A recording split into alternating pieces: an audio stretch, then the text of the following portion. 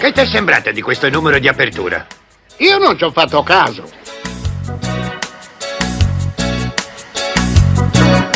Buongiorno Renzo, come Buongiorno stai? amico mio, buongiorno. Oggi come vedi il bar non ci porta fuori il materiale, e cioè lo sprizzetto. Io penso sarà l'ultimo spritz al fuori, all'aperto. Penso anch'io, perché comincia già ad esserci un po' di temperatura. Comincia e quindi non sono usciti. Facciamo uno sprizzetto all'esterno. Sai cosa dicono? Dicono che noi facciamo discorsi da bar e questo ci vantiamo di farlo. Sì, piace molto sta cosa, perché li facciamo in un bar. Effettivamente. Dei discorsi da bar. Allora, sai cosa volevo? Io sono venuto prima di te e ho girato per Rovigo. Sì. E purtroppo noto che Rovigo i negozi stanno morendo, assolutamente. Ma è una sindrome che non è solo a Rovigo, la possiamo riscontrare ad Adria. Qualche paese si salva, ne parlavamo prima fuori onda di Chioggia, che è un mondo a sé. Però effettivamente, oltre che molti negozi sono chiusi, non ci sono gente nei negozi. E quindi hai perfettamente ragione, questo è uno dei tanti motivi per i quali c'è anche un po' una critica forte nei confronti dell'amministrazione di Rovigo, perché sembra non prestare attenzione a questa categoria, che comunque è quella che tiene vivo il centro. E cosa che potrebbe fare un'amministrazione? Perché io una volta glielo chiesi a un viceministro e mi disse fondamentalmente un'amministrazione non può fare tantissimo, può abbassare a Tari. Oddio, questo è vero, l'amministrazione non può fare tantissimo, ma può fare quello che può fare. Cioè, che cosa può fare un'amministrazione? Può incentivare con una serie di iniziative la residenza in città, il togliere qualsiasi ostacolo, ridurre la burocrazia. Il comune capoluogo è il regno della burocrazia, sai? Non una periferia, è il regno della burocrazia. Che è un fatto negativo, è un regno negativissimo, ed è nota la città di Rovigo per essere forse il picco per gli aspetti burocratici, e una volta toccheremo l'aspetto sull'urbanistica, che è tragico. Sì, per esempio una volta in una gita si parlava che per intensificare il nostro delta fare una serie di iniziative, non ultimi il fatto di fare il circuito religioso, un circuito cicloturistico, un circuito delle sagre paesane, cioè nel senso che molto spesso vai a fare un giro, specialmente nel meridione, perché in determinata data c'è la sagra, mi viene in mente quella dei serpenti, che mi piacerebbe andarla a vedere. Perché da noi non riusciamo a fare questo? Perché noi abbiamo una mentalità un po' chiusa. Per esempio, la promozione è un aspetto, so che è un po' costosa, ma è indispensabile per far sapere le cose. Senza dubbio. Per esempio, le amministrazioni comunali usano poco i nuovi canali dei social, o li usano solo per gli addetti ai lavori, e sono la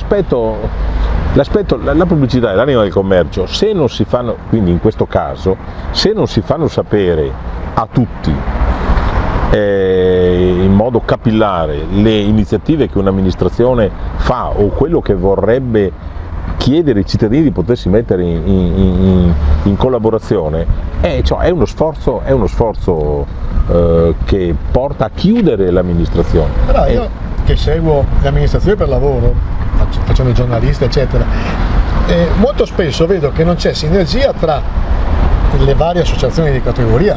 Proloco per esempio, l'associazione Proloco, che dovrebbe essere quella che incentiva, ho detto, il circuito delle sagre.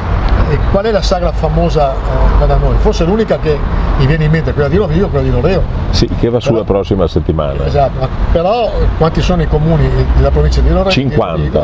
E di 50 quante fiere ti ricordi? Forse Melara con il pilastrello.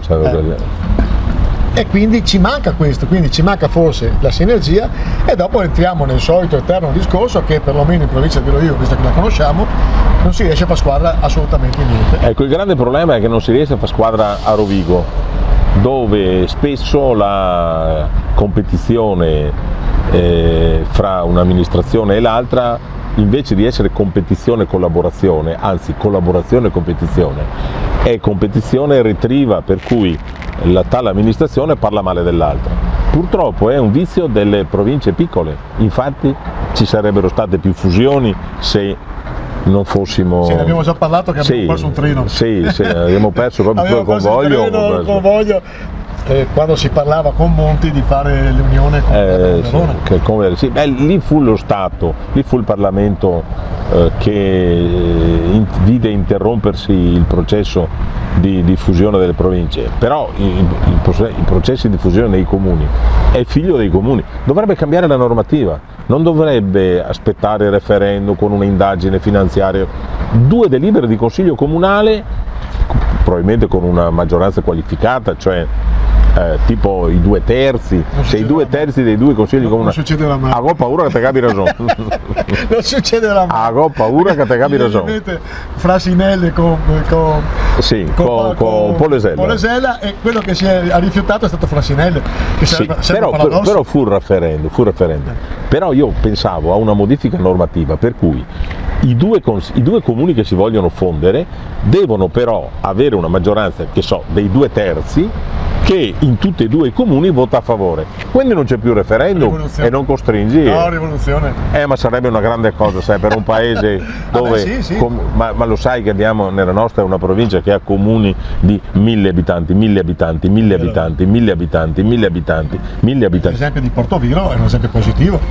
Portoviro è una cosa eccezionale, fra l'altro ho visto che la nuova amministrazione comunale di Rosolina è stata sollecitata da un gruppo di portoviresi di ragionare su una possibile fusione. Fammi un'ipotesi. Non lo faranno mai.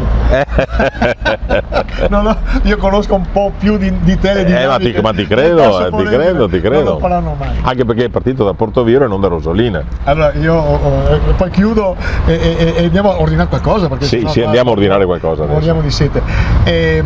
Quando chiesi alla gente, perché dovevano fare l'unione di 3 città, Loreo, Rosolina e Portoviro. Sì. E Portoviro capogruppo di quest'idea, e io andai a sentire a Loreo. A Loreo tutti mi hanno detto con i contaminanti no, perché ne mai affora tutto.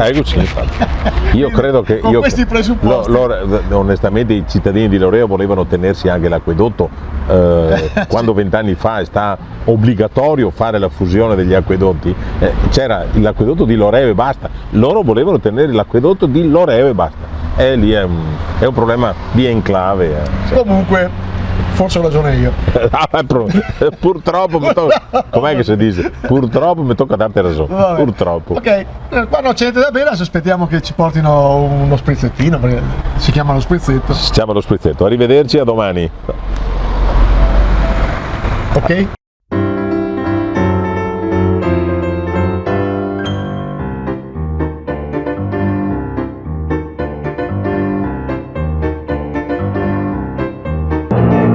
Questo spettacolo è orribile. Spaventoso. Disgustoso. Ci torniamo ancora? Sicuro.